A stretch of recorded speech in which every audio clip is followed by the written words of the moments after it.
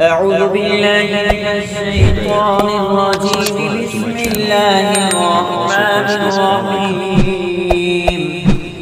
الذين آتيناهم الكتاب يتلونه حق تلاوته أولئك يؤمنون به ومن يكفر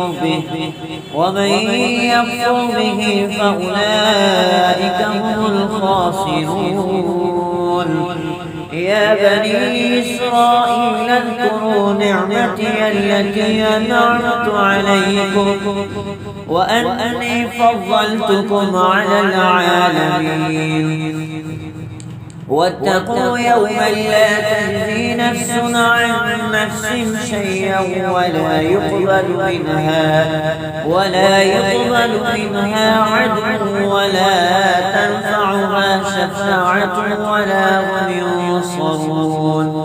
وإذ ابتلى إبراهيم ربه بكلمات فأتمهن قال إني جاعلك للناس إماما قال ومن ذريتي قال لا ينال عهد الظالمين. وإذ جعلنا البيت مثابة للناس وأمنا واتخذوا من مقام إبراهيم مصلى وعهدنا إلى إبراهيم وإسماعيل أن طهر بيتي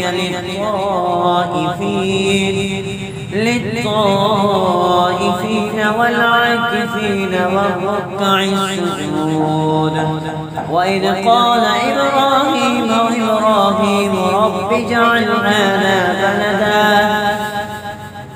هذا بلدنا آمنا وارزق أهله من الثمرات من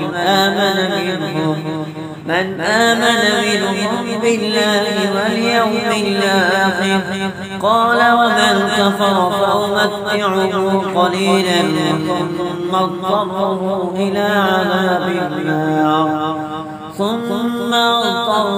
إلى عذاب النار وبئس المصير. صدق الله العظيم.